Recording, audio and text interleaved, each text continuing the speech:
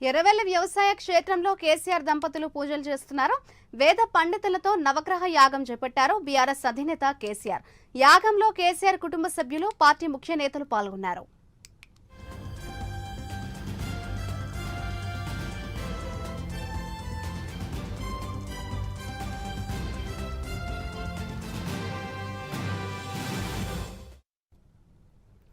ఎర్రవెల్లి వ్యవసాయ క్షేత్రంలో కేసీఆర్ దంపతులు ప్రత్యేక పూజలు నిర్వహిస్తున్నారు. ఇదే అంశంపై మరింత సమాచారాన్ని మా ప్రతినిధి చందు లైవ్ ద్వారా అందిస్తారు.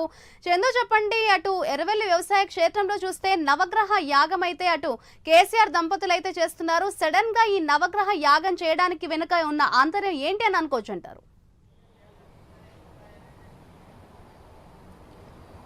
మాధురి, గజ్వేల్లోని ఎర్రవెల్లి తన వ్యవసాయ క్షేత్రంలో ఈరోజు కేసీఆర్ నవగ్రహ మహాయాగాన్ని కూడా ఆయన నిర్వహిస్తున్నారు. ముఖ్యంగా ఈ యొక్క యాగంలో కేసీఆర్తో పాటు ఆయన సతీమణి, అదేవిధంగా కవిత, ఎమ్మెల్సీ కవిత భర్త అనిల్తో పాటు పార్టీ ముఖ్య నేతలు, అదేవిధంగా హరీష్ రావు దంపతులు వాళ్ళంతా కూడా పాల్గొన్నారు. ఈరోజు ఉదయం 11 గంటల నుంచి మధ్యాహ్నం 1 గంట వరకు కూడా యాగాన్ని నిర్వహించినట్టుగా తెలుస్తుంది. రేపు కూడా యాగం ఉండబోతున్నట్టుగా కూడా మనకు సమాచారం ఉంది. ముఖ్యంగా చూసినట్టయితే రాజకీయంగా ప్రతికూల వాతావరణం ఏర్పడడం, అదేవిధంగా కేసుల ఇబ్బందుల కారణంగా పండితుల సూచనల మేరకే ఈ యాగాన్ని నిర్వహిస్తున్నట్టు కూడా పార్టీ వర్గాలు చెప్తా ఉన్నాయి. కేసీఆర్కు ఈ యాగాలు చేయడం అయితే కొత్తేమీ కాదు. ఆయన పలుమార్లు యాగ క్రతువులు కూడా నిర్వహించారు. ముఖ్యంగా పార్టీ కష్టకాలంలో ఉన్నప్పుడల్లా ఆయన యాగాలు నిర్వహిస్తూ వస్తారు. ముఖ్యంగా ఆయన ముహూర్తాలు, సెంటిమెంట్లను చాలా పాటిస్తారు, వాస్తును కూడా నమ్ముతారు. ఈ క్రమంలో మొదటి నుంచి ఆయన కొంత వేద పండితుల సలహాలు తీసుకున్న తర్వాత ఎక్కడికి బయలుదేరాలన్నా కూడా వెళ్తారు.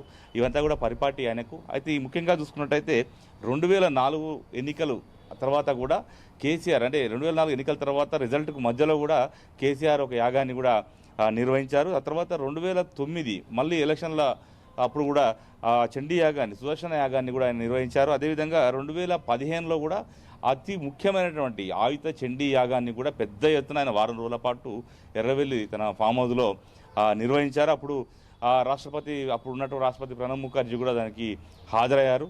ముఖ్యంగా చూసినట్టు తర్వాత 2019 ఏదైతే ఫెడరల్ ఫ్రంట్ అంటూ కూడా కేసీఆర్ జాతీయ రాజకీయాల్లోకి వెళ్ళాలని భావించారు. ఆ క్రమంలోనే పలు రాష్ట్రాలు తిరిగారు.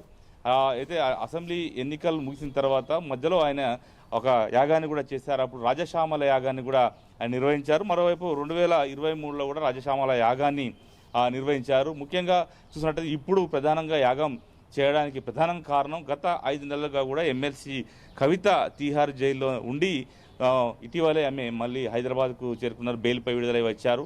ఈ క్రమంలోనే దాంతోపాటు మొన్న జరిగిన సార్వత్రిక ఎన్నికల్లో పార్టీ ఓటంపాలైంది, రాష్ట్రంలో అధికారం కోల్పోయింది. మొత్తానికి 3వ సారి గెలిచి హ్యాట్రిక్ కొట్టాలనుకున్నారు కానీ సాధ్యం కాలేదు. ఈ నేపథ్యంతో పాటు ఏదైతే కవిత అరెస్టు తర్వాత పరిణామాలు, తర్వాత పార్లమెంటు ఎన్నికల్లో 1 సీటు గెలవకపోవడం, అంటే మొత్తంగా చూసినట్టే పార్టీ పూర్తిగా కష్టకాలంలో పడింది. ఈ నేపథ్యంలో ఈ ఇబ్బందులన్నింటినీ కూడా తొలగించుకునేందుకే కేసీఆర్ ఈ యొక్క యాగాన్ని నిర్వహిస్తున్నట్టు తెలుస్తుంది. ఎందుకంటే కవిత వచ్చిన తర్వాతనే యాగాన్ని నిర్వహించాలనుకున్నారు కాబట్టే ఇప్పుడు ఈ యాగాన్ని అయితే కొనసాగిస్తున్నారు. ముఖ్యంగా వేద పండితులంతా కూడా నిన్నటి నుంచి ఎర్రవెల్లి ఫామ్ హౌస్లోనే ఉన్నారు. ఈరోజు రేపు 2 రోజుల పాటు కూడా ఈ నవగ్రహ మహాయాగాన్ని నిర్వహించబోతున్నారు. ఈరోజు తొలి సెషన్ అయితే పూర్తయింది. ఉదయం 11 గంటల నుంచి 1 గంట వరకు చేశారు. రేపు కూడా ఈ యాగ క్రతువు పూర్తి అయితే కాబోతుంది. ముఖ్యంగా చూసినట్టయితే యాగం తర్వాత అంటే ఈ నెల 10వ తారీఖు నాడు లేదా 11 బీఆర్ఎస్ పార్టీ రాష్ట్ర కార్యవర్గ సమావేశాన్ని కూడా కేసీఆర్ తెలంగాణ భవన్లో నిర్వహించబోతున్నారు. దీనికి ముందుగా అంటే ఒక యాక్షన్ ప్లాన్, ప్రభుత్వ వైఫల్యాలను ప్రజల్లోకి తీసుకెళ్లేందుకు ఒక యాక్షన్ ప్లాన్ కూడా సిద్ధం చేస్తున్నారు. అదేవిధంగా పార్టీని మళ్ళీ యాక్టివ్ చేసే పనిలో కూడా ఉన్నారు. ముఖ్యంగా పార్టీలో చాలా కమిటీలు ఖాళీగా ఉన్నాయి. కమిటీలన్నీ కూడా పూర్తి చేయాలనుకుంటున్నారు, కమిటీలు వేయాలనుకుంటున్నారు.